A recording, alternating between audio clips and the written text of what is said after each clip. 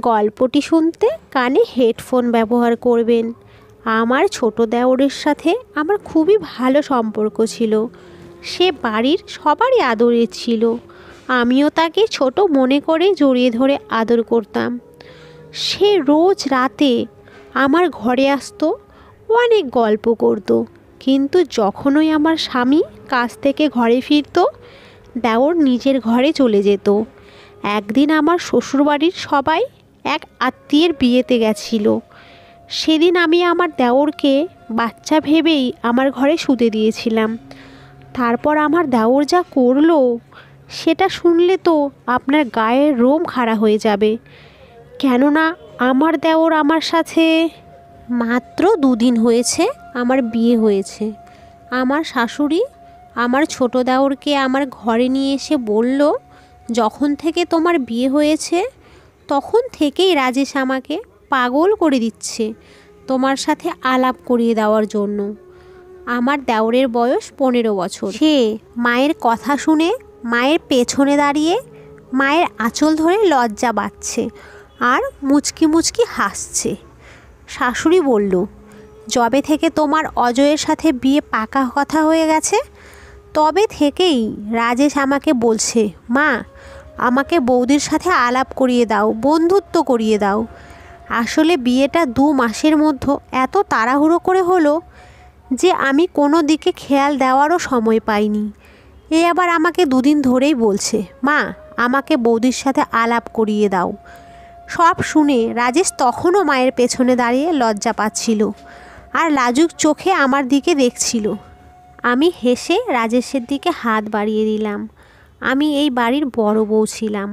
অজয়ের 2 বোন ছিল আর সব থেকে ছোট ছিল আমার এই দেওর রাজেশ। অজয় আমাকে খুব ভালোবাসতো এবং আমার খুব খেয়ালও রাখতো। আমার শ্বশুরবাড়ির লোকজনরা আমাকে খুব ভালোবাসতো। দেওরকে ছোট ভাই মনে করেই আমি তার সাথে প্রথমে কথা বলা শুরু করেছিলাম। এমনিতেও ও 15 বছরের ছেলে ছিল, কিন্তু ওর শরীরের গঠনের কারণে ওকে অনেক বড় লাগতো। আমি সন্ধেবেলা ওর ঘরে যেতাম এবং ওর সাথে অনেক গল্প করতাম। খুব তাড়াতাড়ি আমরা দুজন খুব ভালো বন্ধু হয়ে উঠেছিলাম। সেও কোনো রকম সংকোচ না করে আমার ঘরে প্রায় আসতো। একদিন আমি ওর ঘরে গেলাম, তখনও টিভি দেখছিল। আমাকে দেখে খুব ঘাবড়ে গিয়ে ও চ্যানেলটা চেঞ্জ করে দিল। আমি ওর পাশে গিয়ে বসলাম। ওর চোখে মুখে ঘাবড়ে যাওয়ার ছাপ দেখে আমার একটু সন্দেহ হলো, ও কী এমন টিভিতে দেখছিল যে আমাকে দেখেই চ্যানেল চেঞ্জ করে দিল। আর চোখে মুখে এমন ঘাবড়ে গেল যেন আমি ওর কোনো চুরি ধরে ফেলেছি। আমি ওকে ভালোভাবে জিজ্ঞেস করলাম, তুমি টিভিতে কি দেখছিলে? আমার প্রশ্নে ও আরও ঘাবড়ে গিয়ে আমাকে বলল, কিছু দেখছিলাম না তো বৌদি। এই সময় টিভিতে কার্টুন হয়, আমি সেটাই দেখছিলাম। আমি ওকে বললাম যে চ্যানেলটা তুমি দেখছিলে সেটা এক্ষুনি লাগাও, আমিও দেখতে চাই তুমি কি দেখছিলে। তারপর ও সেই চ্যানেলটা লাগালো যেটা ও দেখছিল। সেটা দেখার পর আমি আমার চোখ বন্ধ করে নিলাম। আমি আর দেখতে পারছিলাম না। আমি রেগে গিয়ে রাজেশকে বললাম, তুমি এই সব দেখো টিভিতে? আজ রাতে আমি তোমার দাদাকে বলে দেব। আমার রাগ দেখে ও একটু চুপচাপ হয়ে গেল। আমার কাছে অনুরোধ করতে লাগলো আমি যেন ওর দাদাকে এসব না বলি। আমি রেগে গিয়ে আবারও তাকে বললাম, তুমি এই ভয়ঙ্কর মুখগুলো রাত্রে কি করে দেখো? এইসব ভয়ঙ্কর জিনিস দেখে তোমার রাতে ঘুম আসে কি করে? ও কোনো ভূতের সিনেমা দেখছিল। আমি তো দেখেই ভয় পেতে শুরু করলাম। ও আমার কাছে ক্ষমা চাইতে লাগলো আর বলতে লাগলো, আমি আর কখনো এগুলো দেখব না বৌদি। আমার মনে হতো আমার শ্বশুরবাড়ির লোকেরা খুব সহজ সরল। আমার ননদরাও আমার সঙ্গে খুবই ভালো ব্যবহার করত। আমি নিজেকে খুব সুখী এবং ভাগ্যবতী মনে করছিলাম। কিন্তু আমি জানতাম না এইসব খুশি শুধু একটা নাটক মাত্র। আমি কোনো বড়সড় বিপদের মুখে পড়তে চলেছি। আমার সাথে যা হয়েছিল সেটা ভেবে একজন মহিলা ভয়ে কাঁপতে বাধ্য হবে। আমার জীবনে এমন বিপদ এসেছিল যেটা সহ্য করা মৃত্যুর সমান। আমি আমার ভাই বোনদের মধ্যে সব থেকেই ছোট ছিলাম, যে কারণে আমাকে সব সময় ভাই বোনেরা উপেক্ষা করত। যেহেতু তারা আমার থেকে বড় ছিল, তাই তারা একসঙ্গে কোনো বিষয় আলোচনা করলে যদি আমি তাদের কাছে যেতাম আমাকে তারা সরিয়ে দিত, বলতো তুই ছোট, বড়দের কথার মাঝখানে কেন এসেছিস। আমি জীবনে বড় একা ছিলাম, তাই রাজেশকে দেখে আমার ছোটোবেলার কথা মনে পড়ে গেছিল। আমার ভাই বোনেদের কাছেও আমি বিশেষ পাত্তা পেতাম না, তাই আমার মনে হয়েছিল রাজেশের সঙ্গেও হয়তো সেরকমই কিছু ঘটে। আমার দুই ননদের মধ্যে বেশ মিল ছিল, তারা দুজন প্রায় একসঙ্গেই থাকতো, তাই আমি রাজেশের দিকে একটু বেশি খেয়াল দিতে শুরু করলাম। আমি ওর পছন্দের খাবার তৈরি করে দিতাম, ওর ছোটোখাটো কোনো কাজ করে দিতাম, ওর সঙ্গে খেলতাম, যাতে আমি ছোটোবেলায় যে কষ্টটা সহ্য করেছি সেটা যেন রাজেশকে সহ্য করতে না হয়। একদিন রাজেশ আমার ঘরে এলো, তখন অজয়ের অফিস থেকে আসার সময় হয়ে গেছিল। আমি একটা সুন্দর ড্রেস পরে ঘরে মেকআপ করছিলাম। রাজেশ আমাকে এক দৃষ্টিতে দেখতে থাকলো, আর হঠাৎ আমার মেকআপ বক্স থেকে একটা গোলাপি কালারের লিপস্টিক তুলে নিয়ে আমার হাতে দিয়ে বলল, বৌদি এই লিপস্টিকটা লাগাও, এই রঙটা আমার খুবই পছন্দ। ও ছোট, তাই ওর মনে কষ্ট দেব না, এই ভেবে আমি ওর হাত থেকে লিপস্টিকটা নিয়ে ঠোঁটে লাগালাম। ও ধীরে ধীরে আমার দিকে এগিয়ে এলো, দু হাত দিয়ে আমার মুখটা তুলে ধরলো আর বলল, বৌদি এইবার তোমাকে খুব সুন্দর লাগছে, বলে ও আমাকে আস্তে করে জড়িয়ে ধরলো। আমি ওর এই ব্যবহারে হকচকিয়ে গেলাম। কিছু না বুঝে উঠে সঙ্গে সঙ্গে আমি ওকে আমার থেকে দূরে ঠেলে দিলাম। ও পেছনে সরে গিয়ে আমাকে এক দৃষ্টিতে দেখতেই থাকলো। আমি খুব রেগে গিয়ে ওর দিকে তাকালাম। তখনও আমাকে বলতে লাগলো, দিদিদের থেকেও আমার তোমাকে বেশি ভালো লাগে, কিন্তু আমার এই আচরণ যদি তোমার খারাপ লেগে থাকে তাহলে আমি তোমার কাছে ক্ষমা চাইছি। সে মাথা ঝুঁকিয়ে লজ্জিত হয়ে এই কথাগুলো বলতে থাকে আমাকে, তারপর ঘরের বাইরে বেরিয়ে গেল। তারপর আমি নিজে লজ্জিত অনুভব করলাম।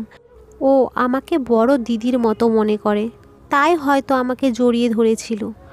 আর আমি ওকে কত ভুল ভাবলাম, ওকে কত বাজেভাবে দূরে ঠেলে দিলাম। ও আমার ব্যাপারে কি ভাবলো, ভাই বোনের ভালোবাসাকে কলঙ্কিত করলাম।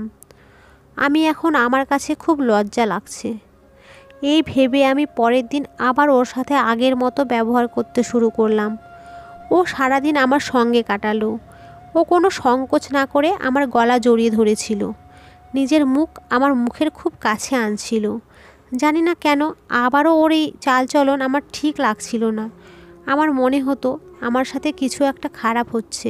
আমার ভেতরের একটা মন আমাকে বোঝাতো এসব ঠিক হচ্ছে না, আর আমার অন্য মন বলতো ও একটা ছোট ছেলে, হয়তো বড় দিদি মনে করেই আমাকে ভালোবাসছে। আমারও এটাই ভাবা উচিত। আমি একটু রোগা পাতলা ছিলাম, আর রাজেশ আমার পাশে দাঁড়ালে আমার থেকে 2-3 ইঞ্চি লম্বা ছিল। একদিন আমি রান্নাঘরে রান্না করছিলাম, ও স্কুল থেকে ফিরে সোজা রান্নাঘরে এসে আমাকে সাহায্য করতে শুরু করে দিল। আমারও একটু অসুবিধা লাগছিল।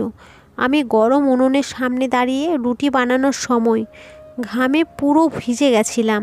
রাজেশ পেছনে দাঁড়িয়ে থেকে আমাকে ওইভাবে দেখো না, আমি রুটি বানাচ্ছি। আমি তাকে এইভাবেই টুকলাম। সে একটু পেছনে সরে গিয়ে বলতে লাগলো, তুমি কেন সবসময় এত কাজ করো, মাঝে মাঝে তো একটু ছুটিও নিতে পারো। ও কথা ঘোরাতে থাকলো। আমি চাইতাম শ্বশুরবাড়ির সব লোকেদের মন জয় করে নিতে, তাই রাজেশের এই কথাবার্তায় আমি রেগে না গিয়ে হেসেই তাকে বললাম, যখন তোমার বউ এসে যাবে তখন আমি ছুটি নিয়ে নেব, তখন তোমার বউই কাজ করবে। আমার এই কথা শুনে ও আমাকে বলতে লাগলো, আমার বউ যেন তোমার মতনই হয়, তুমি তোমার মতোই একজনকে আমার বউ করে নিয়ে আসবে, কারণ আমার তোমাকে খুব ভালো লাগে। এই কথা বলে ও আমার চোখের দিকে গভীর দৃষ্টিতে তাকিয়েছিল। তারপর আস্তে আস্তে ও আমার দিকে এগিয়ে আসছিল। জানি না, আমার খুব অস্বস্তি লাগছিল, সংকোচ বোধ হচ্ছিল। আমার পুরো শরীর কেমন একটা ঝিমঝিম বোধ হচ্ছিল। আমার অদ্ভুত লাগছিল। আমি আমার ওড়না ঠিক করতে করতে এদিক ওদিক তাকাচ্ছিলাম। ও একদম আমার কাছে চলে এলো আর নিজের হাত দিয়ে আমার মুখের ঘাম মুছতে লাগলো। আমি একদম পেছনে সরে গেলাম। ও বলতে লাগলো, যদি আমি এ বাড়ির মালিক হতাম আমি তোমাকে একটাও কাজ করতে দিতাম না, তোমাকে রানী করে রাখতাম। তোমাকে আমার এতটাই পছন্দ, তোমাকে দেখলে আমার হৃৎস্পন্দন বেড়ে যায়। এত প্রশংসা অজয় পর্যন্ত আমাকে কোনো দিনও করেনি। বলতে বলতে ও একদম পেছনে সরে গেল। ওর বলার ধরন একদম বদলে গেল। ও ও বলল, তুমি আমার দিদিদের দিয়েও কিছু কাজ করাও, ওরা কি নবাব নাকি? আমার দিদির মতো বৌদি সবসময় কাজ করে, এটা দেখে আমার খুব খারাপ লাগে।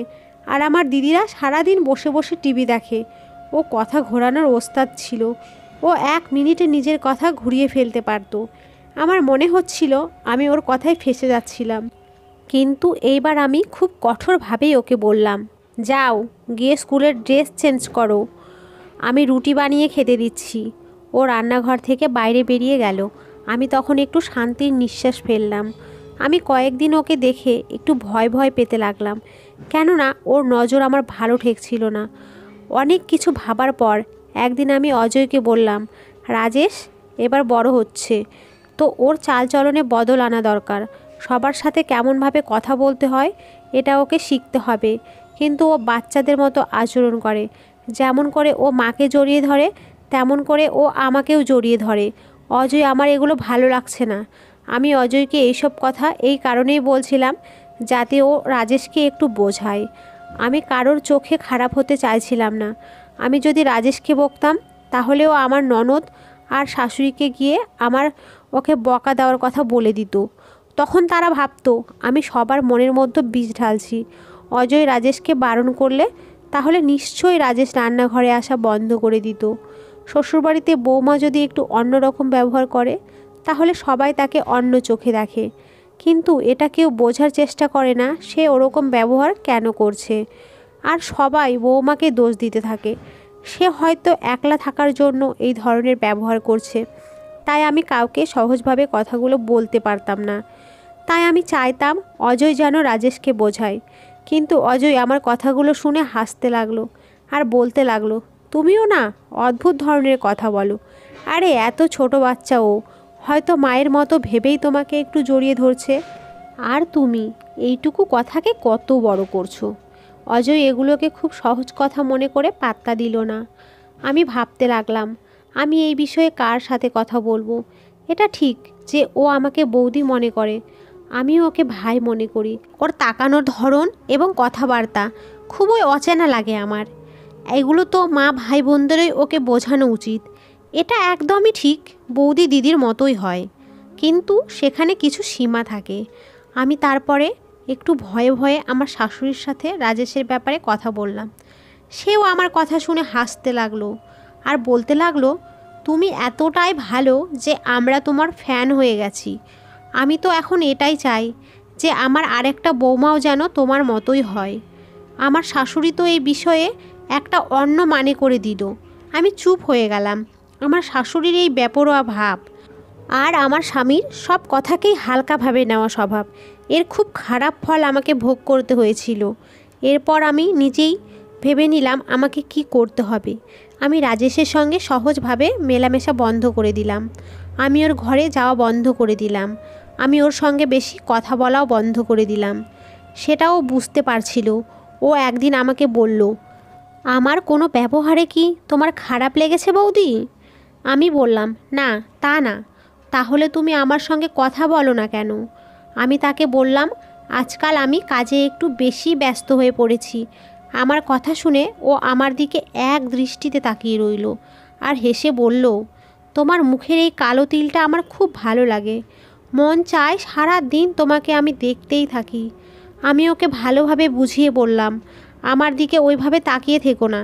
দিদির সঙ্গে এই ধরনের কথা বলাটা উচিত নয়, তাকে এইভাবে দেখাটা উচিত নয়।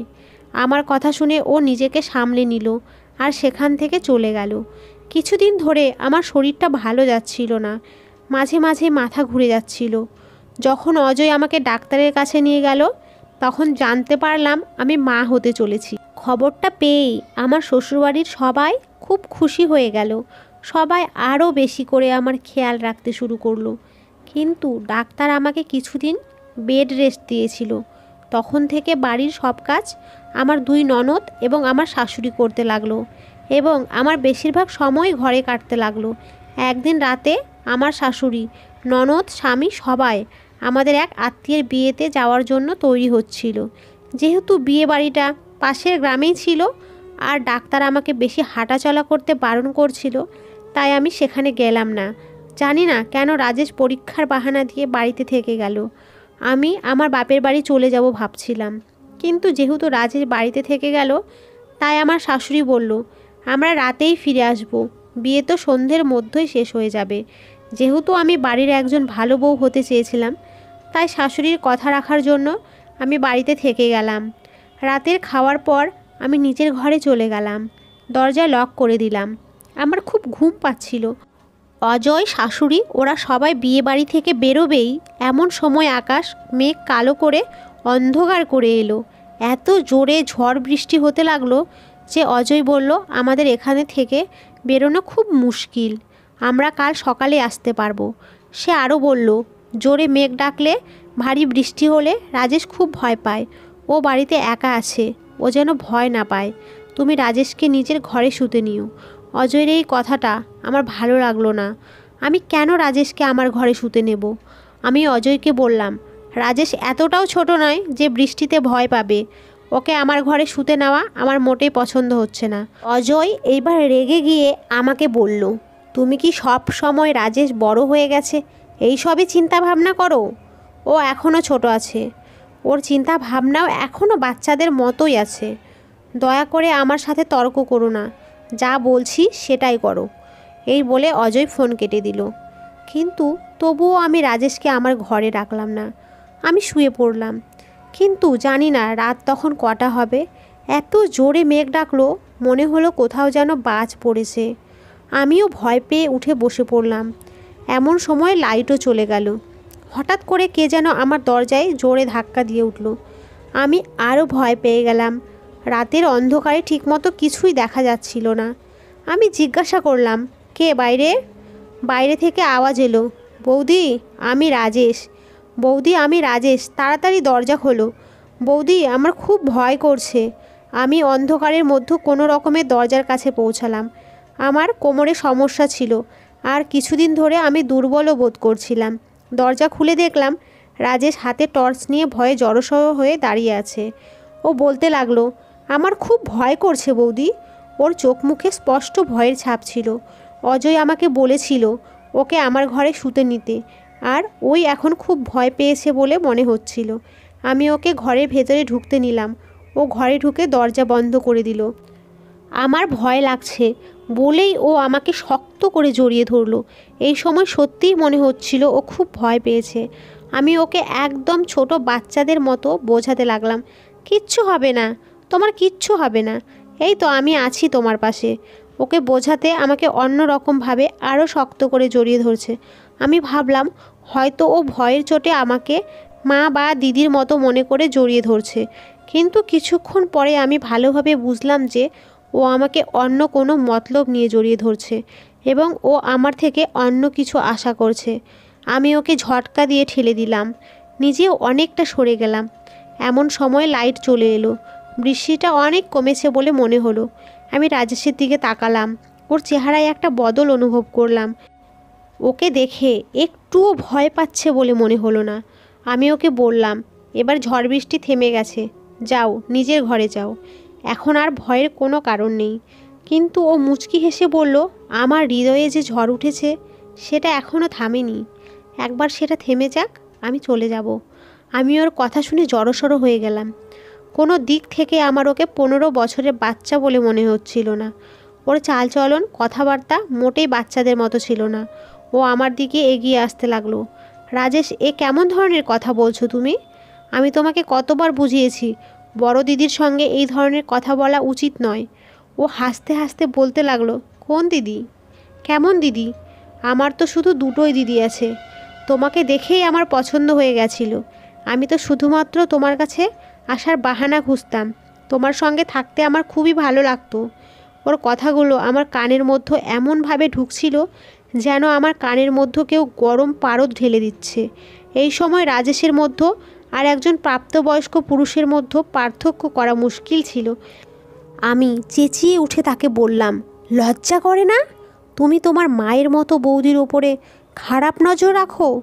ও আমার সামনে দাঁড়িয়ে বলতে লাগলো, আমি তোমাকে মা কখন ভাবলাম?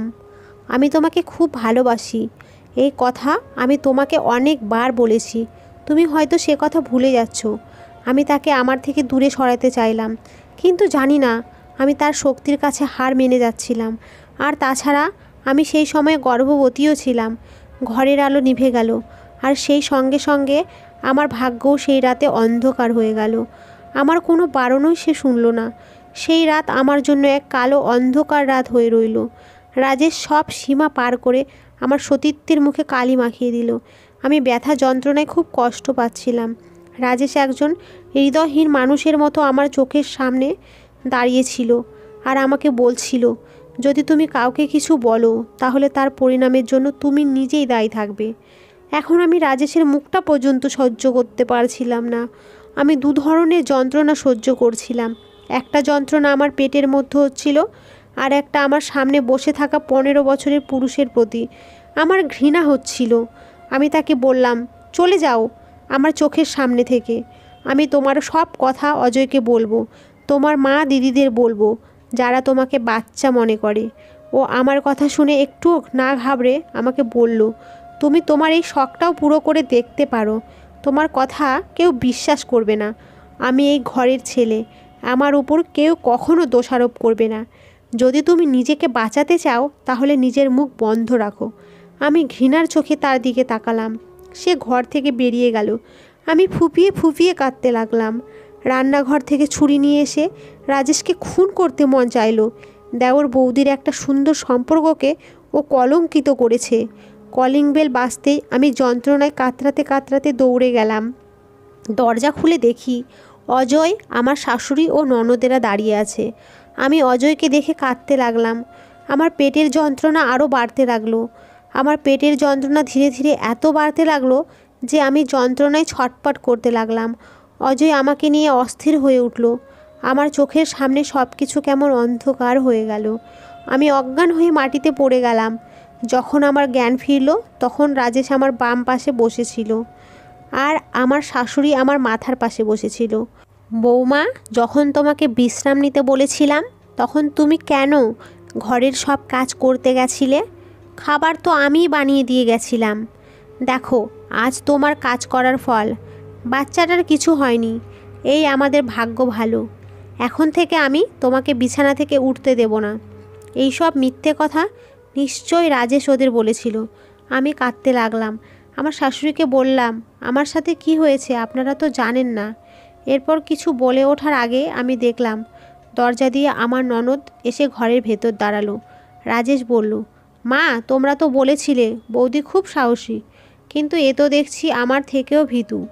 রাত্রিবেলায় এত ভয় পেয়ে গেছিল যে বৌদিকেই আমায় সামলাতে হয়েছে। এখনও সবাই রাজেশের কথাই বিশ্বাস করে চলছিল। আমি ভাবলাম অজয়কে সব খুলে বলতে হবে আমায়। আমি সময় মতো অজয়কে সব কথা খুলে বললাম। সব শোনার পর অজয় আমার গালে জোরে একটা থাপ্পড় মারল আর আমাকে বলতে লাগলো, তুমি আমার ছোট্ট বাচ্চা ভাইটাকে কি ভেবেছো? ও ছোট, এই বিষয়ে হয়তো কিছু বোঝেও না। তোমার লজ্জা করে না ওর উপর এই ধরনের দোষারোপ করতে? আমি জানি তুমি এইসব কেন করছো। দেখো, আমি এই বাড়ির বড় ছেলে। নিজের মাথায় কখনো এটা এনো না যে তোমার এসব কথাগুলোকে আমি বিশ্বাস করব। আমি তোমার এই কথা বিশ্বাস করে তোমাকে নিয়ে আমাদের পরিবার থেকে কখনোই আলাদা হতে যাব না। যদি তুমি আমার বাচ্চার মা না হতে তাহলে আমি তোমাকে ডিভোর্স দিয়ে দিতাম। তুমি তোমার ছোট ভাইয়ের ওপর দোষ দেওয়ার কে হও? আমি চোখ বড় বড় করে অজয়ের দিকে দেখছিলাম।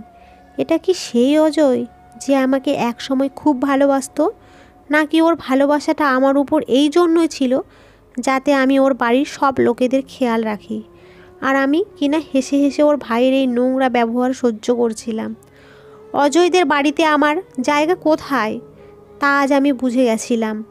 আমি ওর বাড়ির লোকেদের জন্য আজ পর্যন্ত যা যা করেছি সব বিফলে গেল, কারণ কেউই আমায় আজ বিশ্বাস করবে না। তারা তাদের ছেলেকেই বেশি বিশ্বাস করে। আমি আমার জিনিসপত্র গুছিয়ে নিলাম এবং বাড়ি ছেড়ে চলে যাওয়ার জন্য তৈরি হয়ে গেলাম। অজয় আমাকে একবারের জন্যও আটকালো না। আমার শাশুড়ি জানতো না আমি কেন চলে যাচ্ছি, তাই সে আমাকে জিজ্ঞেস করলো, বৌমা, তুমি কোথায় যাচ্ছ? আমি কোনো উত্তর দিলাম না। অজয় উল্টে তার মাকে বলতে লাগলো, ওকে যেতে দাও, ওর মাথাটা খারাপ হয়ে গেছে, ও পাগল হয়ে গেছে। বাপের বাড়ি গেলে যদি ওর মাথা ঠিক হয়। আমি কিছু না বলে বাইরে চলে গেলাম। এটা স্বামী স্ত্রীর মধ্যে কোনো সাধারণ ঝগড়া ছিল না, না ছিল কোনো সাধারণ ব্যাপার যেটা আমি ভুলে গিয়ে এখানে থেকে যাব। আমি একটা রিক্সা ধরে নিয়ে মায়ের বাড়ি চলে এলাম। আমি আমার বাবা মাকে সব ঘটনা খুলে বললাম। সব শুনে আমার মা বলল, একটা পড়াশোনা জানা মেয়ে হয়েও তোমার এইটুকু বুদ্ধি নেই? যখন একা থাকবে তখন কোনো অজানা পুরুষকে কাছে আসতে দেবে না, তা সে তোমার দেওরই হোক না কেন।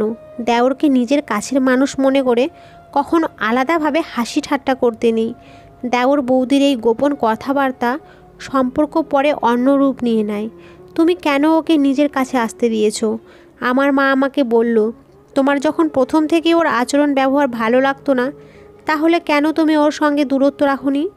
বা তুমি এখন আমাদেরকে যে কথা বলছো সে কথা যদি তুমি আগে আমাদেরকে বলতে, তাহলে আমি তোমাকে বুঝিয়ে দিতাম তোমাকে কিভাবে ওখানে থাকতে হবে। তুমি তো নিজের ঘর সংসার শেষ করে ফেলেছো। সংসারের সবাইকে খুশি রাখতে গিয়ে তুমি সব হারিয়ে ফেলেছো। আমার মাও আমার উপর রাগ দেখাচ্ছিল, কিন্তু সত্যিই কি আমার একার দোষ ছিল? আমি তো এই ব্যাপারে অজয়ের সঙ্গেও কথা বলেছিলাম, আমার শাশুড়ির সঙ্গেও কথা বলেছিলাম। তাদেরও কি উচিত ছিল না তাদের এই ছেলেটাকে বোঝানো যে দেওর বৌদির সম্পর্ক কতটা পবিত্র হয় এবং সেই সম্পর্কের মাঝখানে কতটা দূরত্ব রাখতে হয়? একদিন একটা অচেনা নম্বর থেকে আমার কাছে ফোন এলো। আমি গলা শুনেই বুঝে গেছিলাম এটা রাজেশ। সে আমাকে বলতে লাগলো, বৌদি তুমি বাড়ি ফিরে এসো, আমাকে ক্ষমা করে দাও, আমি তোমাকে আর কখনো বিরক্ত করব না। আমি আমার ভুল বুঝতে পেরেছি। আসলে আমার বন্ধুরা আমাকে নোংরা সিনেমা দেখাতো। যেদিন তুমি আমাকে চ্যানেল চেঞ্জ করতে দেখেছিলে, সেদিন আমি ভূতের সিনেমা নয়, বরং সেই নোংরা সিনেমায় দেখছিলাম। এইসব নোংরা জিনিস দেখে দেখে আমি নিজেকে ঠিক রাখতে পারিনি। আমাকে ক্ষমা করে দাও আর বাড়ি ফিরে এসো। আমি বললাম, তুমি যা করেছো সেটাকে ভুল বলে না অপরাধ বলে? আমি তোমাকে কখনো ক্ষমা করতে পারবো না। তোমার পরিবারের লোকজনদেরও দোষ আছে, যারা তোমার রোজকারের চালচলনের উপর নজর রাখে না আর চোখ বুঝে তোমাকে বাচ্চা ভেবে বসে আছে। আমি তোমার দাদাকে ডিভোর্স দিয়ে দেব। তোমাদের মতো মানুষদের মুখ পর্যন্ত আমি দেখতে চাই না। আমি এই বলে ফোনটা কেটে দিলাম।